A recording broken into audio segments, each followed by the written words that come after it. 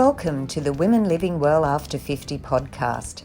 I'm Soulful and I'm passionate about inspiring, motivating, supporting and informing women over 50 to embrace this exciting time of life. Health and wellness in mind, body and spirit are the foundations for living well, but there is so much more to a life well lived. Each week, through conversations with my guests, I'll be presenting topics that will help us all to live well and enjoy life. So join me as we discover new ways to become women living well after 50.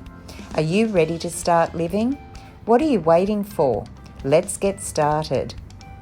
Podcast. I'm Soulful and I'm delighted to have you join me for another episode. Now, we all want to live a healthy lifestyle, don't we? Not just in our 50s, but in our 60s, 70s, 80s and beyond. But sometimes it's a little bit difficult to actually make that start, to get started, to get our mindset right, and to just form new habits, which is really what it is, new habits that we can live by for a healthier lifestyle, not just in our body, but our mind and our spirit. So I'm delighted to introduce my next guest, Michela Fantinel from Magic 50, because I think that we both have a lot in common. Michela is a life and mindset coach and entrepreneur who has pivoted a few times. At 44, she swapped a manager's life for a less ordinary life and became a travel blogger and publisher. I wouldn't think that was too ordinary. At 56, she started her coaching business with the mission to help women 50 plus step out of unfulfilling lives, get unstuck, set clear goals, and achieve success beyond realistic expectations. Michela is passionate about healthy living and the art of growing young and sharing her knowledge with like-minded women who are ready to open up to limitless possibilities. So let's go and join the conversation. Well, welcome, Michela. I'm delighted to have you as my guest on the Women Living Well After 50 podcast. Yes, hello, Sue. Thanks very much. Thank you very much for having me here today. I'm really, really excited about this. And what I love is that you're on the other side of the world to me, and quite a few of my guests are. So that's what I love about Zoom and podcasting, that we can really reach all over the world, and I meet some wonderful women through the podcast. So it's great to have you here. Now, what I was talking about in the introduction is that, you know, some women, we reach 50 and then or beyond 50, 60, 70, and we start to feel a little bit stuck. We're not sure what we want to do with our life, and we don't give ourselves enough time. And what I've been finding is what I like to term living life your way. And many women find it difficult to overcome the guilt that they feel that, oh, you know, I'm being selfish, or why should I be living life what I want to do? I should be there for everyone else. So what I want you to help me with today is to chat about, we're going to be talking about mindset, we're talking about life vision, creating habits. But before we do that, I'd just like you to give me a little bit of background. I've given them your bio, but I'd like you to tell me your story and what made you pivot to where you are today. Yes, very happy to do that. And yes, that's great that through Zoom we can really connect, you know. And Australia, as you know, is a country I love because I've been traveling for so long, 16 years. Yes, I started in 2004. And that's why I'm really, really happy to be talking to your audience and all the Australian listener and guests. Really, really happy to do this. And about myself, yes, I'm 57, nearly 58, and I started in my career in my 20s in Italy, but I wasn't happy. And my big pivoting was in 26. I had a job in Italy and I wasn't happy. I felt like in prison, no expansion, not having the possibility of learning things. And so what I did, I moved out of Italy and I spent a long time in Germany and in Korea in corporate life. And I really loved it because I could learn so much, and I went up the ladder, became a manager, and I really loved it. And that big move has proved to be so important in my life because I was saying yes to myself and yes to being open and receiving new things in my life instead of accepting what I was given, and said, okay, this is what we can offer you. And this was the very big moment where I started to understand that it's very important to allow us ourselves, to give us permissions to embrace and to be open to receive more in life, because we deserve it. And we really have to listen to this inner voice and not just silence it. This is what many women do. And not only in their 20s, in their 30s, in their 40s, and many of them in their 50s. So what happened to me? I spent a long time in career and corporate life. And then at the age of 44, I had my big pivot. So from being an employee to be self-employed. And what I did, I started something out of a passion, because at the beginning, I didn't do that. I was trying to do a business consultant because I wanted to use my skills from my corporate life, but it didn't work out. Because as I always say, you really need to focus on something that you're passionate about. Otherwise, the motivation is going to fade away so quickly. And then you keep struggling and struggling to make it work. But if there is no purpose behind, and if there is no big motivation, you're not going very far. So what I did, I created something out of travel, which is my big passion. I created a travel website and mainly focused on Australia because this was my big drive. Australia has helped me really to I would say it was a big eye opener because I was a solo traveler there for a long time. And it really brought so much inspiration and so much how do you say, something really that moved me. It gave me that big trigger, that big motivational trigger to do more and to go down my path. So I created this website for women traveling alone, and I still have it. It's 14 years old. But then eventually with the pandemic, and we know all what the pandemic brought into our lives, such a big change. And not only with travel, everything else. So I started to think, what can I do? I really didn't think of becoming a coach, but I was embracing a self-development path.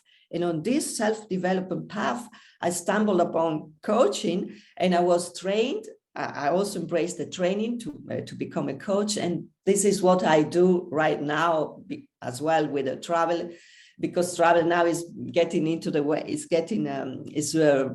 coming back again slowly because the pandemic is hopefully over. So I'm helping women really get these limiting beliefs, getting rid of these limiting beliefs, and really embracing this, the best that they can into their life. Because everything is there. I always say everything is there. It's just cover it up. You have to really brush it off and let it emerge, let it come to the surface and really embrace it. We have everything. We don't have to create anything. We have everything inside us. If we just really listen to ourselves, then we have a chance to really, really embrace and become the best version of ourselves, because this is what all of us want to do. We want to live a life that we really love. That's the big point. Yes. Yeah. And well, that sounds wonderful. And I wholeheartedly agree with that. That's my philosophy as well. But when you were talking about, you said giving ourselves permission and the limiting beliefs, I think that is just the crux of the matter, isn't it? Like, I think for you at 44, that was great that you actually took that decision, because for a lot of women, they get stuck in these different labels, I like to call them, you know, so you might be a partner, you might be a mother, you might have a career, you might be a friend. You've got all these different labels, and you just keep burying the person that you are further down because you're looking after everybody else, whether it be your job or the family or so forth.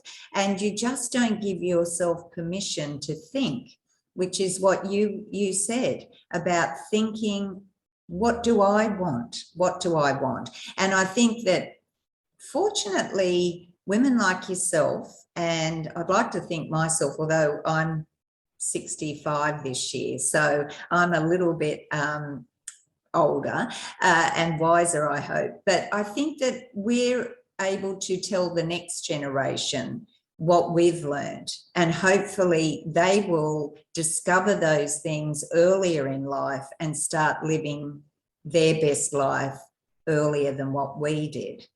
So what I'd like to chat to you about is, you know, how do we change that mindset? Because limiting beliefs, we all know what they are. You know, they just stop us from, we self-sabotage really. So let's talk about mindset, and what are some tips we can do to just make some changes to that? Yes, very, very happy to do that. Mindset, it sounds a bit sometimes intimidating, you know, because you say, Yeah. oh, what's that? And I know I really use it because obviously, because as a life and mindset coach, I use it a lot, but I understand that some people have it.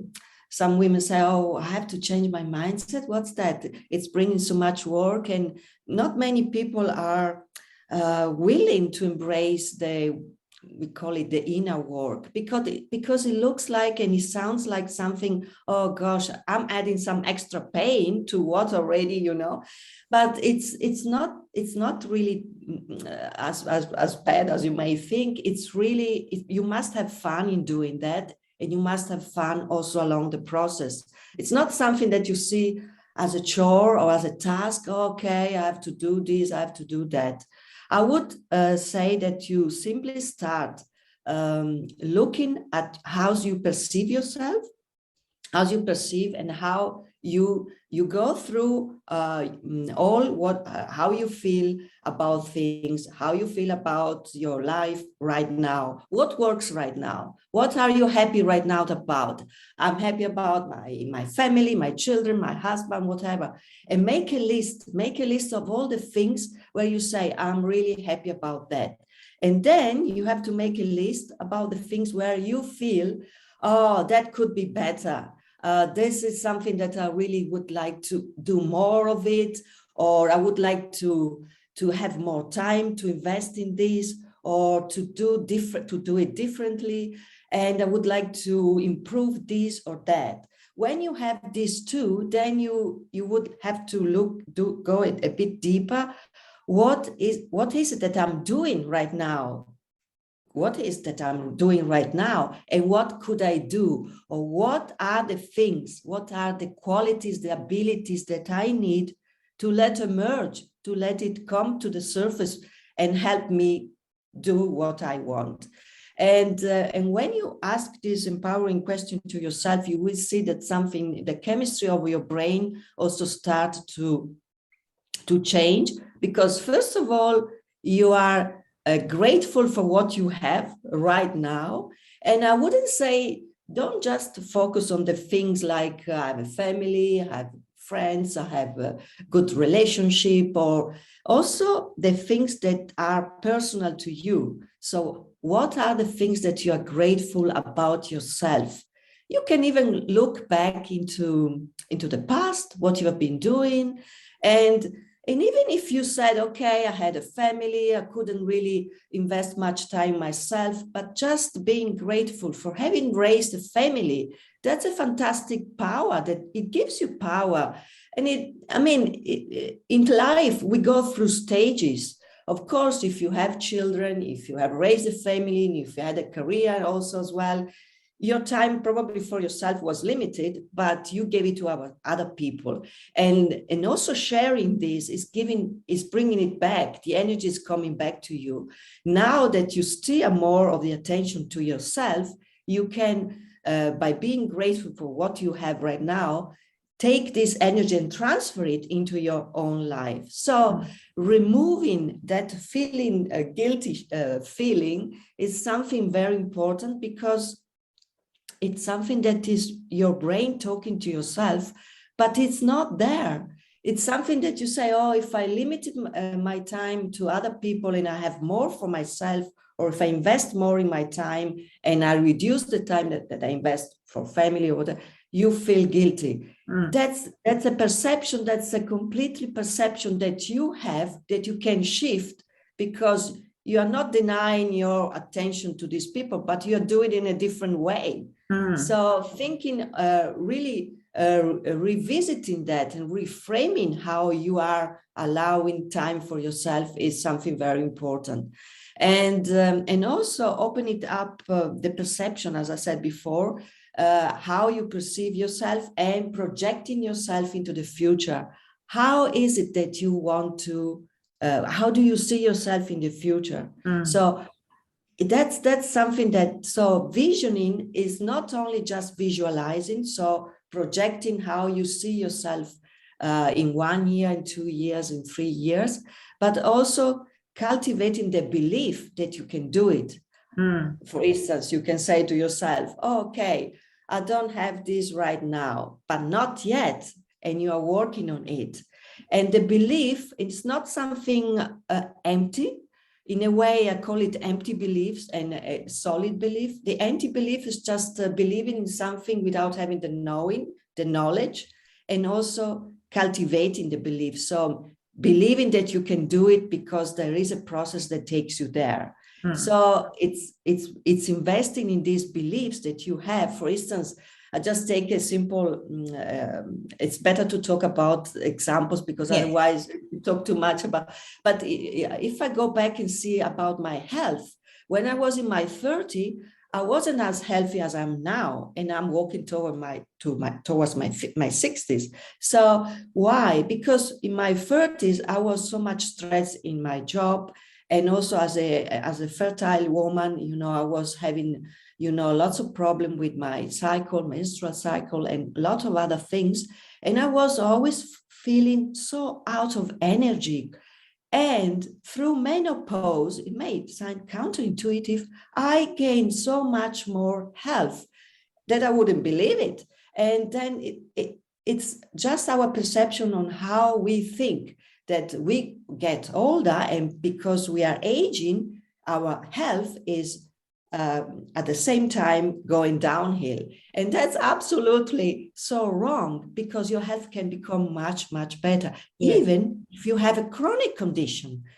I know women that they have chronic condition that have been having it for their whole life, but when they were younger, they were much more stressed. And now in later life, they have this under control, and they have a better health, and they're enjoying much more wellness and health than when they were in their 30s and 40s. So it's just the way that we think about, because we have certain beliefs and we feel, but you have to have the courage to embrace these beliefs and say, and dissect them and go through them with a different perception. That's very important. I think as far as that guilt about doing things to yourself, it really is us, isn't it? Because if you put it, I was talking to my daughter the other day about something, and I said, oh, I feel guilty about that. And she said, well, Mum, that's on you, because we would be supportive of that, but if it's on you, you're the one that's feeling the guilt, and you shouldn't be feeling that way, because we don't think like that. We're being supportive of what you want to do. So I think that the trouble is sometimes that we feel guilty, but we don't communicate that. We don't communicate what we want. We sort of say, oh, well, poor me, I'm this and that, and I've got to do everything for everybody else. Whereas if we just respected ourselves a little bit more and said, well, hey, I'm a human being as well in this dynamic, in this family. I'm equal to everyone else. So I should be able to, if I'm saying you to, for example, if you say to your children, go and do what you want to do, well, why can't I do that myself? So it's something that we do. I think we bring it on ourselves rather than other people Yes. making us feel guilty. Definitely, because there is also a baggage, a cultural baggage that we have, that we as a mother, as a wife, as a sister, as a friend, we have commitment, I say commitment towards other people. And we see in serving other people a priority. But the priority number one is always us.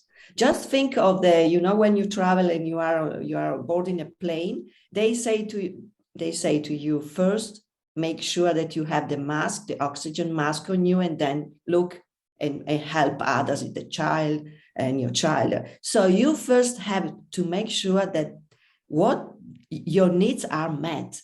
And your needs is not something that is, so to say, taking something from others away. It's not. Obviously, in a family, there is always a dynamic, and you have to respect a certain balance, of course, because you have to respect others. But you also, it's a legitimate feeling to expect that others are supportive of your needs, of your own needs. That's Yes. very important. Yes. So, and if you're missing out on this big piece, that others in your family or your friends are not respecting your needs, your own needs, like for instance, saying to a friend, don't phone me between this time and this time, because I'm busy, I'm doing this, I'm working or whatever. So it's not saying, oh no, whenever they phone me, I have to be available for them and interrupt what I'm doing, just a simple thing. So and whenever you say no to someone who is a loved one and you cannot help, just try not to justify, but you say, I would love to help, but I cannot do it because of this, because in this time, this is my sacred time and I cannot make any exceptions. But I can do it later on. I can do it on another day, but not on that time. So it's a way of finding a balance, and not to say no to the person, but saying no because there are some certain conditions that are not met. Yes. And that's very important too, the communication in a family, or even not always in the family, but also at work and with co-workers or whenever, or with employees. It has always to be very transparent and very open, and not denying your willingness to help, which is there, but sometimes your willingness may be there, but the preconditions, they are not there. So there is no way that you can, we cannot be anywhere at any time, you know what I mean? Yes. So it's something that, and also making priorities. You must have a list of your own priorities. So non-negotiable. So this is my list, and this is non-negotiable. So for instance, just as an example, between 7 and 8 a.m., I'm not for everyone. It's just my time. I do my exercise, I do my everything that so something where you say, these are locked in, they are locked, and I cannot, there is nothing, but not only things where you do, also some priorities that you set that are very important to yourself, and that you don't let any influence from other people in, not even your husband, your daughter, nothing. So, and they know that they have to respect that, because they're very important to you. And if they love you as you love them, they will understand that. If you love yourself more than anything else, the self-love is something that is a self-priority, and it's not non-negotiable. Obviously, anyone can do it as they like. Anyone has, you can work it out as you feel it's the right thing for you. So there are no one size fits all. Everyone has to find a way of bringing this balance into your life. But also what you were saying, Sue, about our mind and our beliefs is what we talk to ourselves. And it's this mind chatter that you need to silence first inside yourself, internally, and then also externally with the us, So how far can I go? Where can I meet the other one? So where is the meeting point? No, that's great. So you've mentioned about self-talk and self-love, and I want to just go on to the creating habits that you suggest to create habits around self-love, self-talk, and self-care. And I liked your example about prioritizing and sort of setting out, blocking a time and saying, right, this is my time between such and such and such and such, and I'm not going to let anything interfere with that. So how do we start creating those habits because it is that, really. I think that once you start doing it, you do become empowered and you feel a lot more in control, and you become, I suppose, more used to saying, as you said, look, I'd love to do that. However, this is my, it clashes with this, and that's my time. So how do we actually start that? Yeah, so this is a very good question. And I would say, before we go into the real habits creation for daily activities or whatever, and where you want to lock in your time, the thing is also create your habits also whenever you feel, oh gosh, I would like to do this, and now I feel guilty, and it's just your mind chatter and it's self-talk that you say, I think about do that. I will say yes to my friend, to my husband, to my daughter, to whatever, to the people who are asking me something. First of all, observe yourself. Be a really good listener and observer of your mind chatter, and also of how you shift from wanting to do something or say something. What can I do next time when this is happening again? And tune in into your feeling and try to locate, okay, how do I feel right now? I don't really want to do this, but I feel pushed. Tuning in into your feeling is the most important part. And how do you do that? With a very simple exercise that you can become a habit as well, of tuning into your feeling, locating where it is in your body, because it's always in your body, and then going through. There are very specific training and also exercises that I do as a coach to go through this, while you train yourself to become a listener of your feelings, of your emotions, of your mind chatter. While you do that, you also become an observer. And when you become a spectator of yourself, you release that pressure and you see yourself as you act and as you deal with the situation. Then the second step is, okay, what is that I need to do in order to do it in a different way and see myself? Then you use the visualization. You project yourself in a very similar situation when you go through what happened a day ago, 2 days ago, and you see yourself doing exactly what you want to do and not letting in the distraction, the feeling of guilt, of saying no to someone, of not doing something, or letting in the criticism and find a way of justifying yourself because you whatever. So you see yourself going through and staying strong in a way that you say, I say yes to myself, and I have to say no to this thing, to this whatever, and not thinking of saying no to the person, which is a different, it's not saying no to the person and not being prepared to help, but it's something really tangible that you are explaining or whatever. So, and staying in that feeling, so projecting yourself. When you train your mind to see this in the visualization process, your mind gets familiar with that. And when your mind is getting familiar with what you see in the projective visualization, then it's much easier to do it in reality, to let it manifest. And when it manifests once, then you keep doing it and you create an habit out of it. So this is the big first step with your mental habits.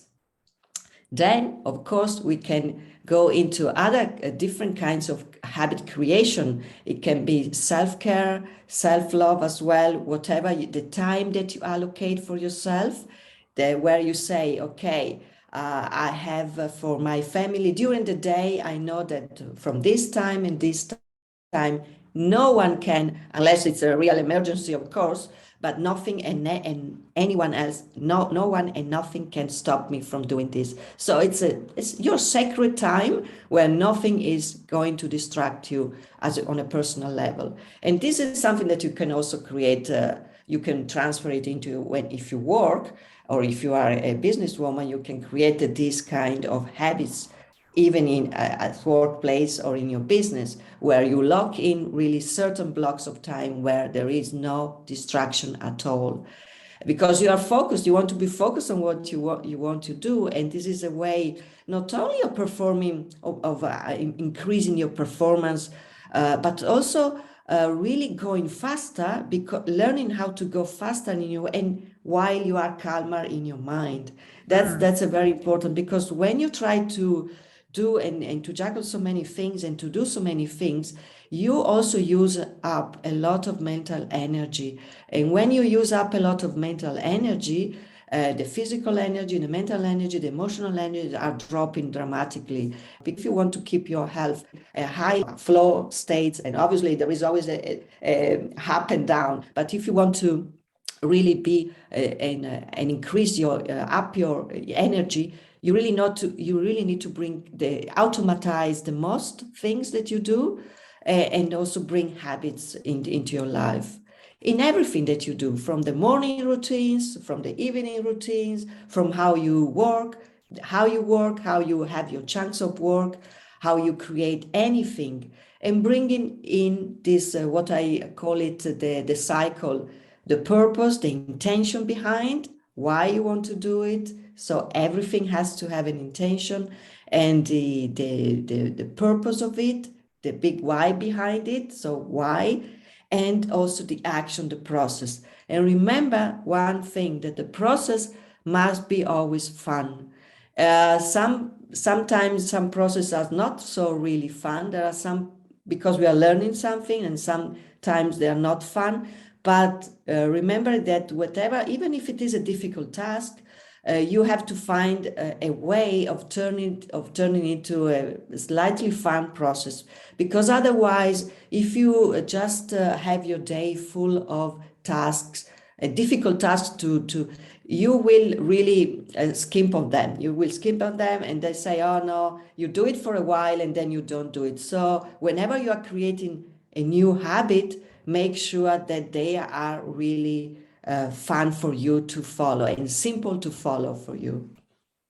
That's a good point, because if we are trying to change our habits or create new habits, it takes work, and it's not going to happen overnight. So you really have to have that staying power. And if it does become a chore, then it's so easy to fall off track, isn't it? So I think that is such a great idea. And also, we want to have fun in life. We want to bring some joy into our life as well. So, Yes. why does it have to be so hard?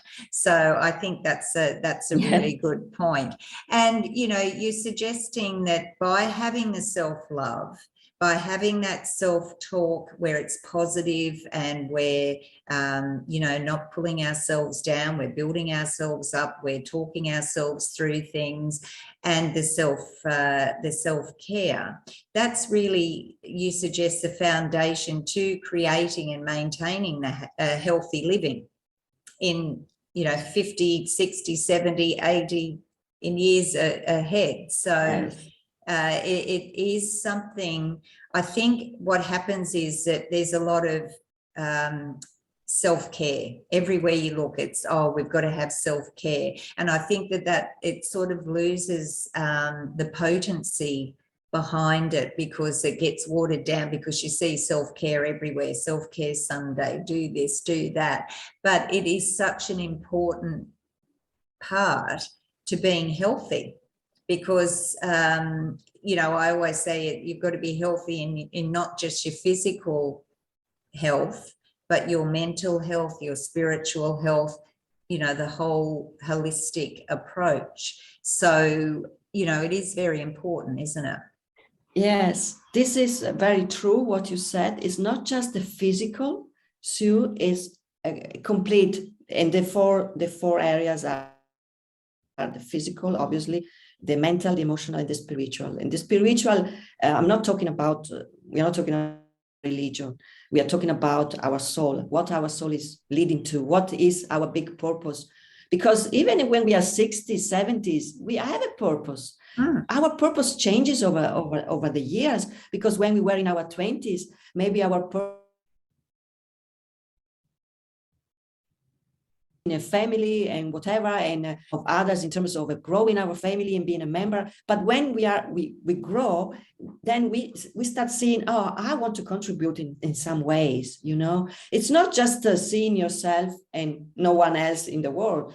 What we do, whatever we do, is to create, to share value, and to make people, as you say, adding something to their lives and creating insights.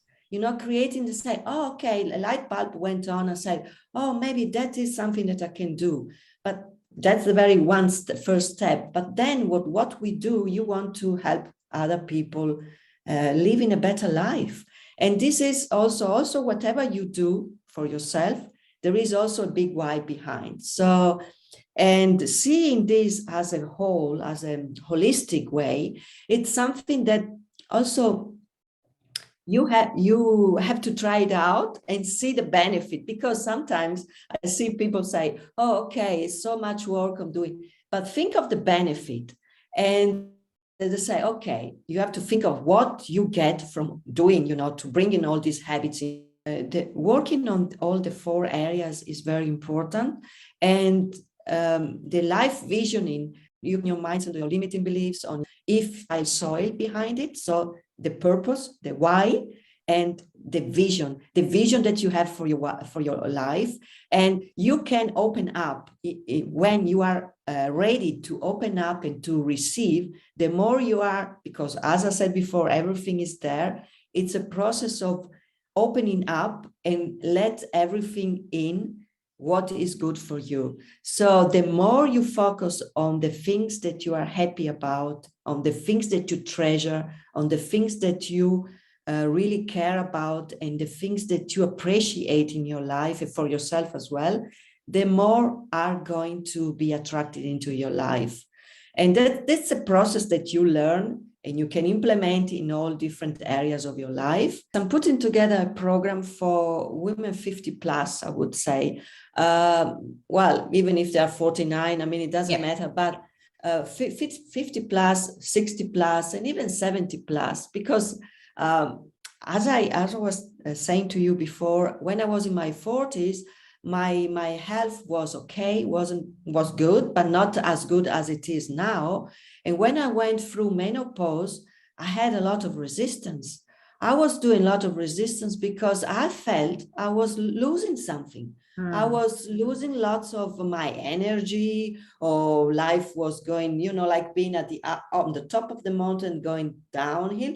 And what happened is that after this initial resistance, where I was feeling really out of power, out of energy, and completely, as if my life had changed dramatically, I started believing that this was just a transition. And my belief was backed up by information, by knowledge, by knowing, by learning things. And I understood that it was just a life stage of a few years, and that there was no way that my health was going to become worse. On the contrary, my health improved and improved because I took the time to learn and to develop this area of health after 50s. And I saw myself, I'm a living proof that that your energy can really, really improve for the better. And not only your physical energy, also your mental and your emotional and your spiritual energy. This is the age where we are ready to let more in, to live the second half of our life fully empowered, and also not only for ourselves, but to share our value with other people. And in my program, I do exactly this. We start from the spiritual. The spiritual, as I said, it's not something that has to do with a religion, but something with the soul. And everyone can do it, even if you are a religious person, but even if you are someone who has no religion, so everyone can do it and can work on that. And then we move into the mental, the mind, how to train up our states and how to deal with all the fears, feelings, how to deal with them, and the physical. And we create habits in all of them, in all of areas if we create the habits in all of these areas. So that's a very good program. It's a group program, yes. Well, that sounds good. And I will be putting in the show notes all the links that people can find you and contact you and learn more about your program and your coaching. And what about just quickly, we're coming to the end of our interview, but did you have anything else that you wanted to share with us? Did you want to have a quick chat about the travel that is happening, or is that? Yes. Some of you, I don't know, your group, you have quite in your Facebook group, you have lots of women, and are mostly from Australia. I don't know, but I've seen that you are based in Australia. So, yeah. And my rockytravel.net is a website for women traveling alone, solo. And it's there are over 400 pages in there about Australia.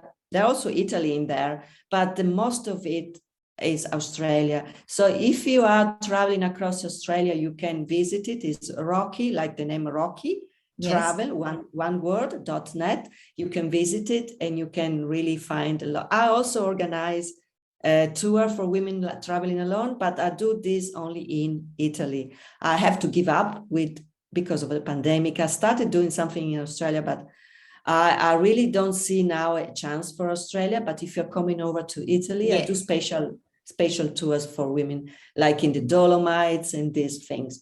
And the other side of the coaching is magic 50. Yes. So we let our magic in our 50s, in our 60s, in our 70s, and .com. So you can visit myself. Also on Facebook, you can Google it for Magic 50 or for Rocky Travel. Rocky Travel blog is on Facebook and Magic 50 is on Facebook.